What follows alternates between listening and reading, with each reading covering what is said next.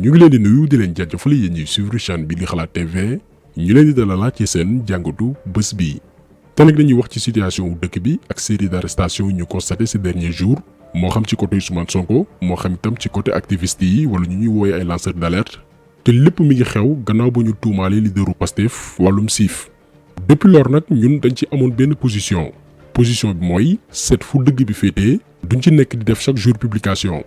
bi ñu partagé woon lu yàggul mbiru vaccin yi suñu page Facebook am na benn waay bu commenté woon ne loolu amul solo sujet boobu noonu amul njariñ nañ wax ci mbiru Ousmane Sonko bi ñu tontu ko ni newuñ ci militantisme mooy jël position pour benn homme politique moo xam moo tooñ wala tooñul yow sa yoon neew si mais lu ma di xew daal yow moom nga faral même bu tooñee loolu mooy militantisme. ñu ne ko ñun newuñ ci mbir yooyu dañuy traité benn sujet jàll ci beneen mbir bu jëree ñu dellu si waat si ñu ñëwaat ci leeral sénégalais yi ndax situation yu ni mel dafay bari manipulation ci côté yépp. taxawaay boobu la ñu am ci coow Ousmane Sonko bi te lépp luñ ci mës a wax dañoo sukkandiku ci PV yu gendarmerie def ba noppi jël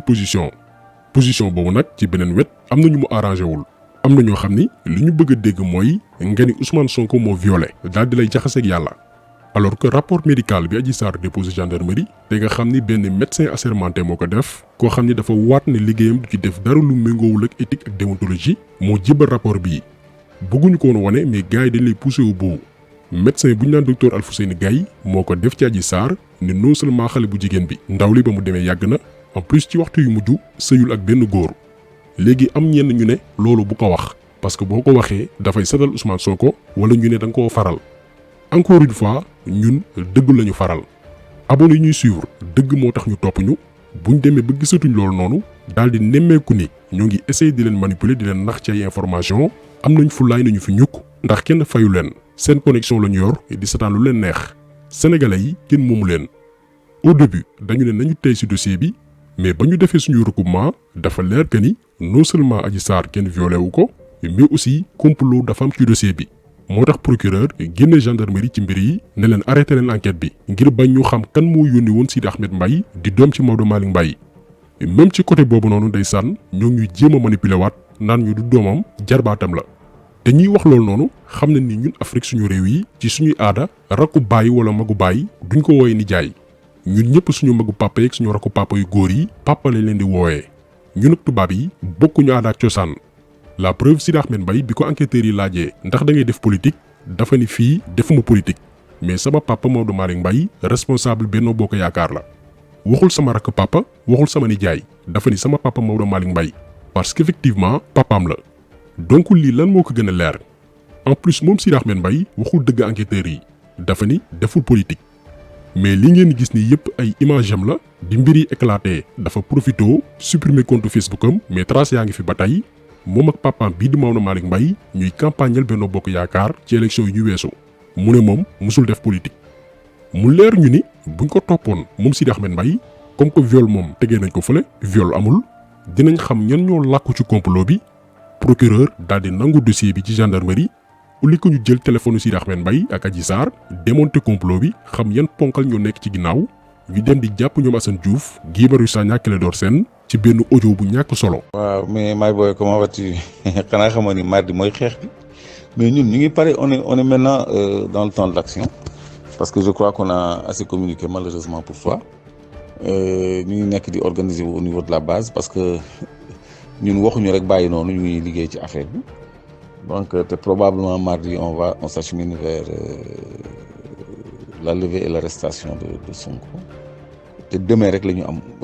moo ñu dese moo tax même tey on a travaillé toute la journée donc ça va être compliqué j'ose même pas proposer ça à Assane parce que xam naa ni moom mu ngi coordonné foofu j'ai mis en rapport avec des gens là à Pikine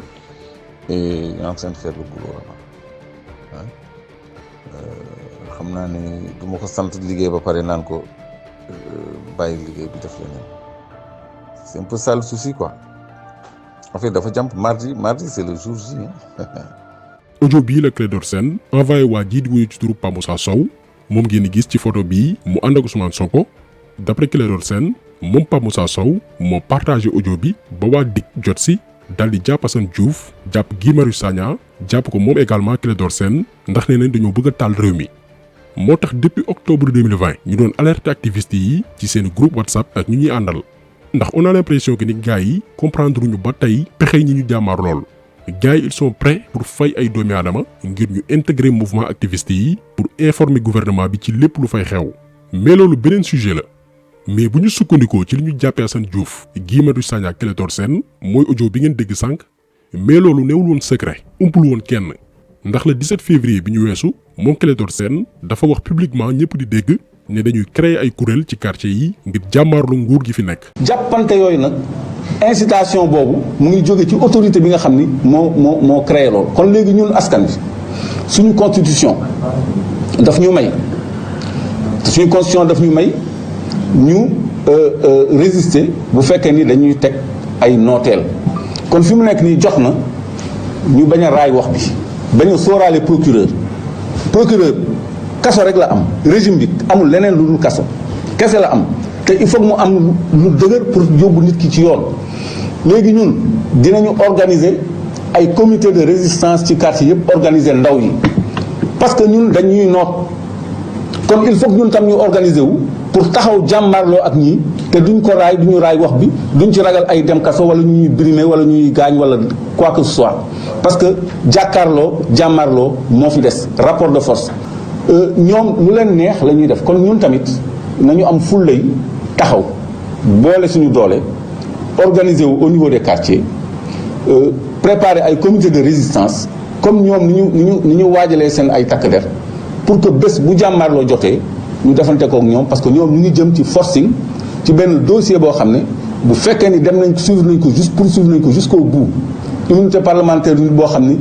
alxam la procureur di topp ñu ni Ousmane Sonko la ñuy dindi mbalaanu kiiraayam dañ koy convoqué tëj ko ñun nag du ñu xaar ba loolu am ñu naan dañuy organiser wu ñuy dal suñu kaw ñun ñuy piste di ñu jàpp benn par benn parce que ñoom bu ñu paree ci Ousmane Sonko ci ñun ñii ci table bi la ñuy jëm commencé ko ci ay Assane Karim ñun ñii suñu wax daf leen di déranger suñu taxawaay daf leen di déranger kon maa ngi woo toute la jeunesse ñu jël mbir bi seen mbiru bopp def ko au sérieux affaire bi dafa dépassé mbiru Ousmane Sonko. kon gis ngeen ni bi Clédor Sène di wax lii yàgg na mais jàppuñu ko woon léegi lan moo tax ñu bàyyi ba tey di ko jàpp daan ci ñëw ñun personnellement ànduñ benn yoon ci tal Sénégal ndax bu réew mi yàqoo keneen ku fi mën di ñëwaat gannaaw Macky Sall da ngay recommencer waat à zéro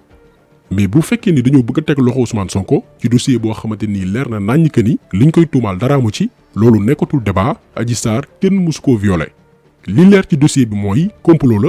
mais procureur de la République moo lànk ni dossier bi duñ ci seet ñi nga xam ne ñoo làqu ci complot bi comme que écarté nañ mbiru viol maanaam dafa am ñu muy protéger làqu doom dóor doom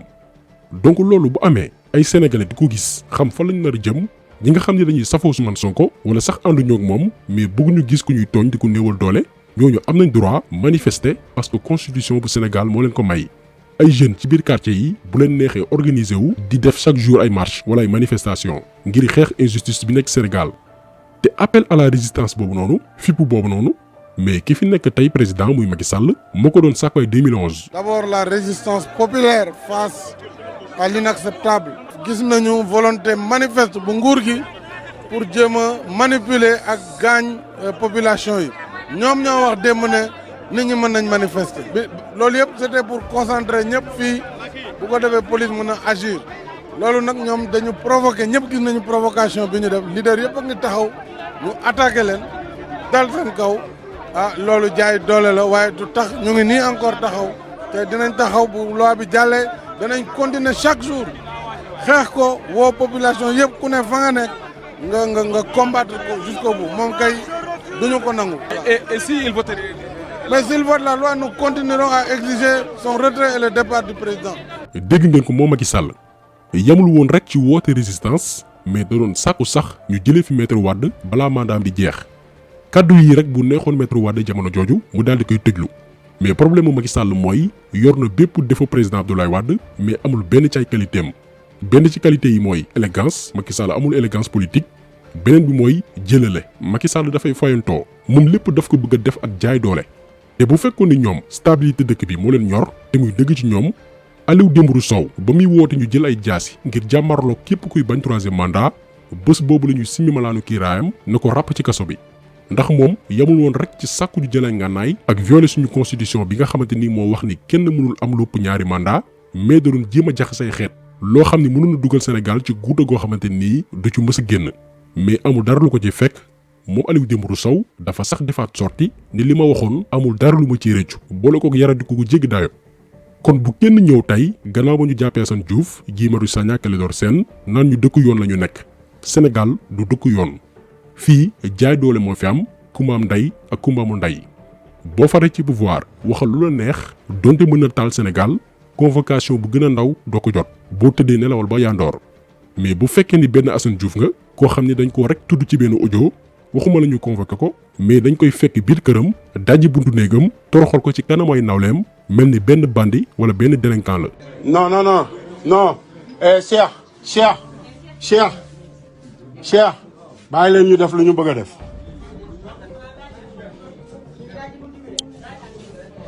non bàyyi leen. Sénégal man la Assane Diouf encore xam nga maa ngi dem live direct xam nga waa digg yi ñoo ñëwaat sama kër xam nga nee nañ par force xam nga jox leen ma ko sama wax naa ak samay avocat wax naa ak ñëpp xam nga nee nañ par force dañuy dajji seen martu la ñu yor nag ak seen i bagage comprendre nga ndewali arrièreal fële bu leen def dara bàyyi leen ñu def lu ñu bëgg a def bàyyi leen parce que wax ñi ngi wax ak seen commissaire ci boppam bàyyi leen bu leen nekk di def dara non nañu dajji buntu bi parce que dama am ay droit dama am ay droit sooda ba convocation dañ la koy jox wax la heure nga dem wuy ji xam nga grand demal toog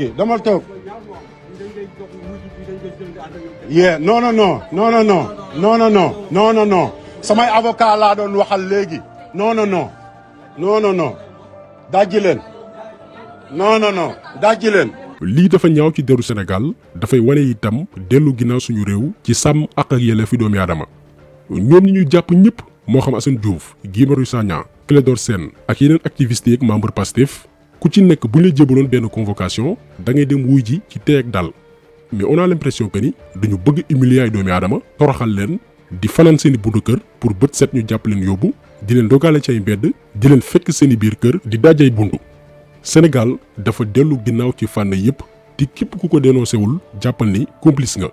waxoon na leen ni ñun ñëpp ñoo ngi ci liberté provisoire ndax ci amul benn solo mën na la ci jàpp nëbb la jant bi moo tax kenn ci ñun muccagul.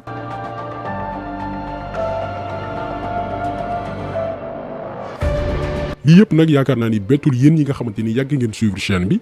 le 9 octobre 2019 lañ leen waxoon ni Ousmane Sonko ñoo ngi ci tànk éliminé ko na waajal boppam xool fan lay teg tànkam ñu ne leen gouvernement bi infiltré na bépp groupe activiste ngir neenal seeni plan nañu jël seen matukaay. Le 1er novembre 2020 bi ñu nommé woon Antoine Félix Diome le même jour ci suñu page Facebook ñu wax leen ni waa ji dafa ñëw pour une mission bien définie jaay doole gi Macky Sall bëgg a yeggalee mandaam ci loxoom lay jaar. lii yëpp nag dooy gisaane ndax du ñu ay wala yu du ñu ay xut bu samaan mais dañoo xam bu baax Macky Sall ak li mu capable